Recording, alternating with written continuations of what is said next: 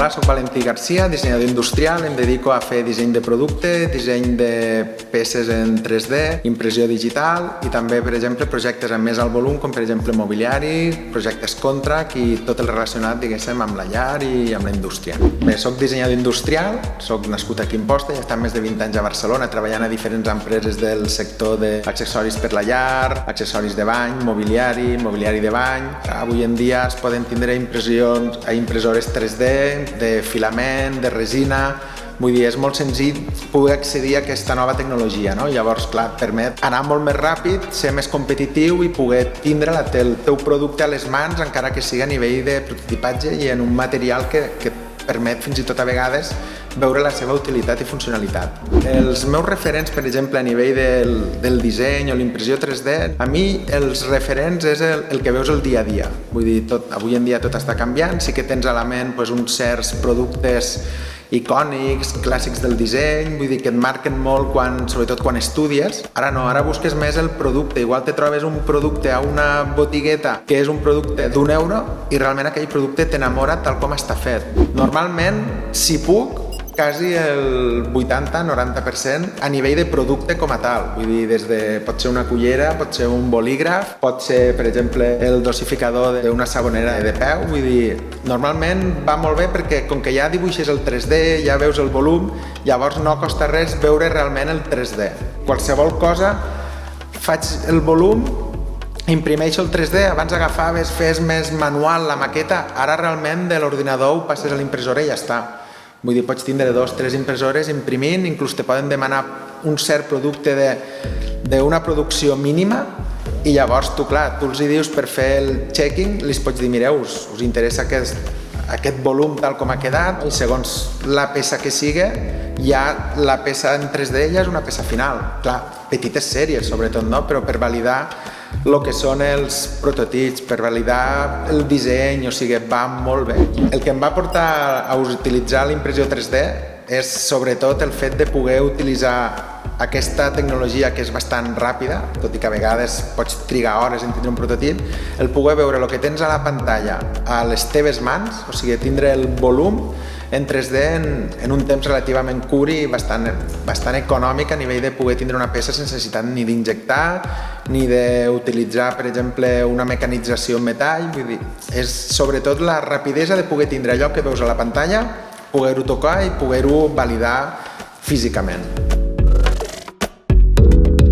Si analitzem, per exemple, un dels reptes que se'm va plantejar, podríem parlar, per exemple, del projecte que he comentat altres vegades, d'una simple cullera de fusta feta per un artesà. Sembla una cosa molt simple, però realment el client em demanava una cullera que fos molt tradicional, que fos feta amb un material natural, que tingués una qualitat, vull dir, en aquest cas és fusta d'olivera. Llavors, clar, el bo d'aquest projecte és que amb la tecnologia 3D vaig poder anar directament a l'artesà i dir-li, escolta, vull això. En el cas d'aquest disseny, si analitzem els inconvenients, se pot dir que gràcies a l'impressió 3D i gràcies al feedback que tenia amb l'artesà, vull dir, quasi que es redueixen a zero, perquè tu ja vas amb la idea molt clara, ja tens el que és el volum i després, amb l'ajuda de l'artesà o amb el proveïdor que tu treballes, ja te marca una miqueta el que tu pots necessitar o el que ell pot fer. Llavors, clar, com és una peça, diguéssim, bastant senzilla, no és el mateix fer una peça, per exemple, que anés injectada, anés en metall, necessites correderes i tot això, clar, amb el 3D és molt senzill veure-ho, després per passar-ho a la vida real, clar, és més complicat, però amb el cas de la cullera, clar, va ser molt ràpid i realment aspectes que diguessis, ostres, com podríem millorar o com podríem una miqueta analitzar més profundament la cullera, realment va ser algo molt ràpid, que ens vam posar d'acord en seguida, clar, poder anar amb el volum, poder dir, a veure el material que uses, a veure el que fas i com ho podem adaptar, vull dir, realment van ser molt més avantatges que res. Realment tu quan agafes un client i et demana alguna cosa, des d'una cullera o et demana qualsevol altre tipus de peça, un bolígraf, per exemple, tu analitzes primer aquella peça, és el que diem, no? O sigui, veus una miqueta l'entorn, què és el que es porta, què és el que no es porta, que a vegades veure alguna que ja no es porta, veure alguna a la natura o veure alguna a un mercadillo, o sigui, et pot obrir la visió i et pot fer que, per exemple, pugues fer una proposta al client, normalment li sols fer un parell de propostes, 3, però si li pots portar una proposta quasi com aquell que diu, quasi final, ja amb el volum, i li dius, mira, jo crec que per tu aquest producte és ideal, canvia molt a que tu li envies un renderitzat. Si ens centrem, per exemple, en el procés de prototipatge i els materials que sol usar per prototipatge, normalment el que uso és PLA, és un filament que és d'origen natural, vull dir, es desfà, si el deixes al sol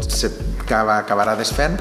i llavors també el PETG, que ja ve a nivell de plàstic més industrial, tot i que és reciclable, però que aguanta una mica més, no? Llavors l'ABS alguna vegada l'he usat, però l'ABS al estar mal vist, després és una miqueta tòxica al nivell d'impressió, tot i que la impressora és tancada, la que uso per l'ABS, però sobretot m'agrada el PLA, perquè té una impressió molt fluida, és molt senzill, i llavors a partir d'aquest procés de prototipatge tu tens el 3D en pantalla, clar,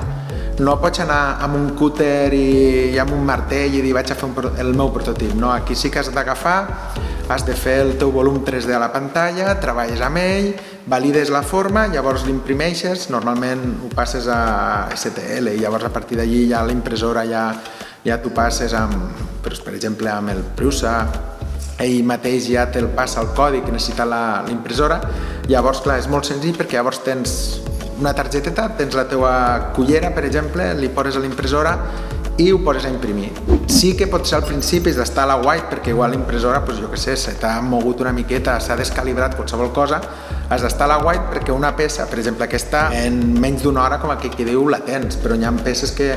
igual la tens 3, 4, 5, 6, 10 hores, vull dir, i imagina't que la poses, te'n vas a fer una altra cosa i no mires com està imprimint i clar, només que tingui un petit tall d'impressió que estigui mal calibrada o qualsevol cosa,